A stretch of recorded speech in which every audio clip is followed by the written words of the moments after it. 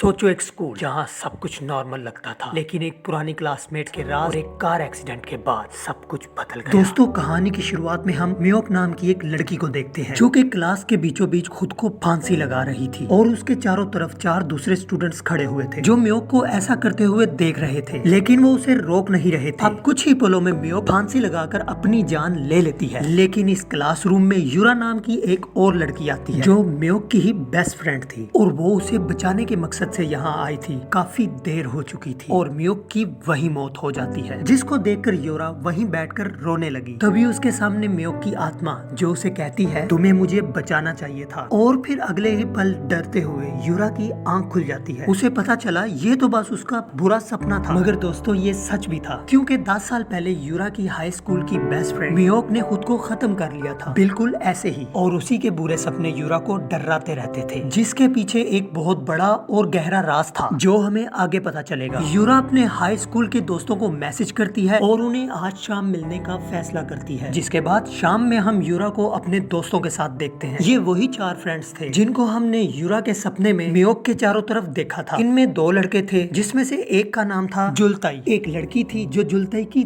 दोस्त है, लेकिन एक और दोस्त आया जो यूरा का दोस्त है। पर अब यहाँ पर बात करते हुए यूरा जुलताई को बाहर लेकर जाती है और अकेले में उससे पूछती है क्या तुम्हें मियोक याद है? जिस पर जुलताई खिचखिचा कर कहता है नहीं, मुझे कोई भी मियोक याद नहीं है। यूरा उसे मियोक के बारे में याद कराने के लिए काफी कोशिश करती है, क्योंकि एक टाइम पर वो सभी क्लासमेट हुआ करते थे। पर जुलताई सीधे सीधे इनकार करता रहता है, मुझे कोई भी मियोक याद नहीं है, तुमसे कह दिया ना। अब अचानक से यूरा की तबीयत खराब होने लगती है, उसे उल्टी जैसा महसूस हो रहा था, इसीलिए वो बाथरूम में चली गई, जहाँ उसे एक डरावनी आत्मा दिखाई देती है और वो डर कर वहीं बेहोश हो जाती है। जिसके बाद उसे एक विजन ख्याल नजर आया जिसमें वो खुद के बचपन को देखती है, जहाँ पर मियोक और वो बेस्ट फ्रेंड हुआ करती थी, और तब मियोक ने उसको एक ब्रेसलेट गिफ्ट दिया था। फिर जब यूरा की आंख खुलती है और वो खुद को कार में पाती है, जहाँ पर उसके सभी दोस्त लॉन्ग ड्राइव पर जा रहे थे। सभी उसको कहते हैं कि शायद तुम कमजोरी की वजह से बेहोश हो गई थी। अब यूरा का दोस्त यहाँ गाड़ी चला रहा था और बाकी लोग थोड़ी देर के लिए सो जाते हैं, सिर्फ यूरा जाग रही होती है। उसका दोस्त यूरा से पूछता है क्या तुम्हारी तबीयत ठीक है? इस पर यूरा कोई जवाब नहीं देती और जब वो पीछे मुड़कर देखता है तब उसे वहाँ पर एक भयानक आत्मा दिखाई देती है, जिसके बाद ये सीन यहीं कट हो जाता है। अब अगले ही सीन में हम सभी दोस्तों को उसी क्लासरूम में देखते हैं जिसके सपने यूरा को आया करते थे।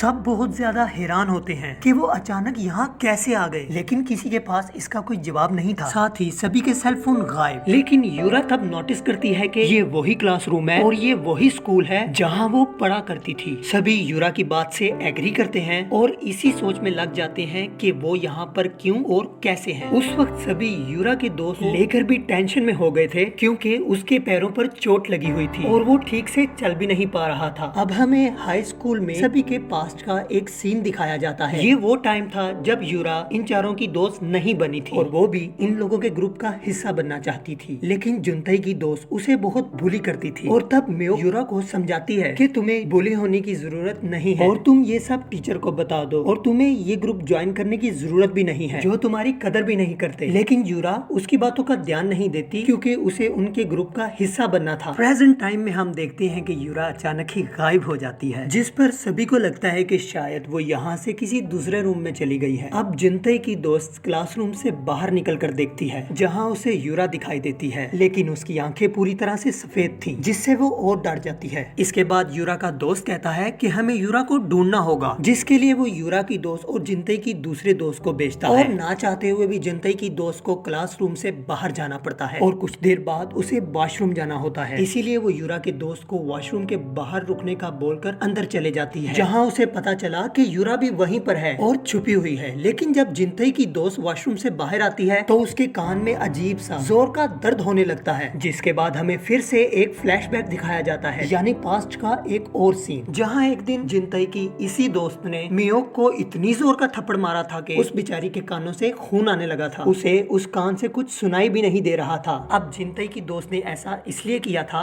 क्योंकि उसे पता चला था कि कल म्योक ने उसके दोस्त से अकेले में बात की थी, लेकिन इस बात को म्योक मानने से साफ इनकार कर देती है। तो वो यूरा से पूछती है, क्या म्योक ने मेरे दोस्त से बात की थी? जिसके जवाब में यूरा हाँ बोल देती है। हालांकि उसको पता भी नहीं था, लेकिन उसने ऐसा इसलिए किया क्योंकि वो जिनतई की दोस्त का गुस्सा देखकर डर गई थी और वो इसकी नई दोस्त भी बन गई थी। यानी वो जो चाहती थी वैसा हो गया था। वो उसके ग्रुप में शामिल हो गई थी, जिसमें हम समझ पाते हैं कि यूरा नए दोस्त बनाने के जुनून में अपनी बेस्ट फ्रेंड म्योक के खिलाफ चली गई और इसी चीज की वजह से म्योक को उससे मार खानी पड़ी थी। अब प्रेजेंट टाइम में जिनतई की दोस्त की साइड पे एक म्योक की आत्मा को दिखाया जाता है जो कि उसे कुछ कह रही थी, लेकिन उसको कुछ सुनाई नहीं दे रहा था और उसके कानों में बहुत दर्द हो रहा था, जैसे कि म्योक के साथ हुआ था जब इसने उस बेचारी को जोर का थप्पड़ मारा था। और तभी उसके सामने एक स्क्रू ड्राइवर आता है, यानी पेचकस, और म्योक की आत्मा उसे कहती है कि इसको अपने कान में डालो। ये सुनते ही वो जबरदस्ती स्क्रू ड्राइवर को अपने ही कानों में घुसाने लगती है। ऐसा लग रहा था जैसे ये सब कुछ उसे म्योक की आत्मा ही करा रही है और बहुत दर्दनाक तरीके से उसकी वही मौत हो जाती है। लेकिन यूरा और उसके दोस्त भी वहाँ आ जाते हैं। दोनों के सामने जिनतई की दोस्त की लाश थी, जिसे देखकर वो बुरी तरह डर से कांपने लगते हैं। और तभी यूरा के दोस्त को म्योक की वहाँ आत्मा नजर आती है, जो देखकर डर की वजह से यूरा का हाथ पकड़कर वहाँ से भाग निकलता है। अब यहाँ हम सब कुछ समझ पाते हैं कि जो कुछ उनके साथ हो रहा था वो म्योक की आत्मा ही कर रही थी, कि वो दरअसल अपना बदला ले रही है। अब आगे हम जानेंगे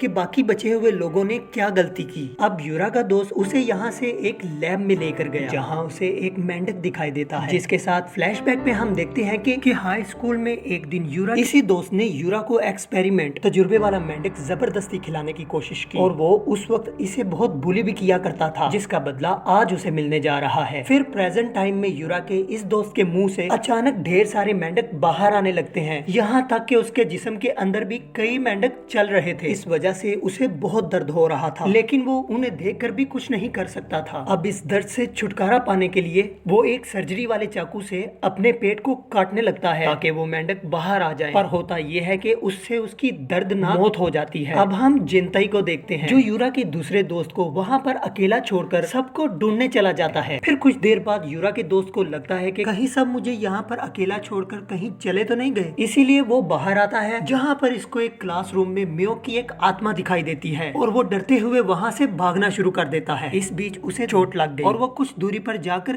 गिर पड़ता है। तब म्योक की आत्मा उसे अंधेरे में घसीट कर ले गई और उसका खेल भी इधर ही खत्म हो जाता है। इसके साथ म्योक ने ऐसा क्यों किया था, ये जानने के लिए हम फ्लैशबैक देखेंगे। दरअसल म्योक पर यूरा के इस दोस्त की बुरी नजर थी और क्योंकि यूरा म्योक की बेस्ट फ्रेंड थी, तो अपने गलत इरादे को पूरा करने के लिए उसने यूरा की ही मदद ली। उसके जरिए रात के टाइम म्योक को स्कूल की जिम में बुलवाया। तब यूरा ने म्योक से झूठ कहा कि तुम्हारा दिया हुआ ब्रेसलेट मैंने स्कूल की जिम में कहीं रख दिया था और अब वो मुझे मिल नहीं रहा। जहाँ म्योक उसके साथ गई और उसे वहाँ पर यूरा का वही दोस्त खड़ा हुआ दिखाई दिया, जो कि म्योक के वहाँ आते ही यूरा को वहाँ से जाने का इशारा करता है और ये बेवकूफ लड़की अपनी बेस्ट फ्रेंड म्योक वहीं छोड़कर चली जाती है। तब यूरा का दोस्त म्योक के साथ जबरदस्ती करने लगा और उसे एक अंधेरे कमरे में ले जाने लगता है। अब प्रेजेंट में हम यूरा को देखते हैं, जो रोती हुई म्योक की आत्मा से कहती है, बस करो, तुमने सबसे बदला ले तो लिया है। इस पर म्योक कहती है, अभी सबसे बदला नहीं लिया, अभी तो बाकी है और फिर कर दूंगी मैं बस। फिर वहाँ जिनतई आ जाता है, जिसने आते वक्त यूरा की दोस्त की लाश देख ली थी और वो काफी डरा हुआ था। वो यूरा के पास जाता है और उसे संभालते हुए वहीं बैठ जाता है और यूरा उसे बताती है कि मुझे काफी टाइम से ही म्योक की आवाज सुनाई दे रही है और वो हम सब के बारे में ही बातें कर रही थी। इस पर जिनतई पूछता है कि म्योक ने मेरे बारे में क्या बात कही थी। तब यूरा एक विजन देखती है जिसमें म्योक और जिनतई की कहानी दिखाई जाती है।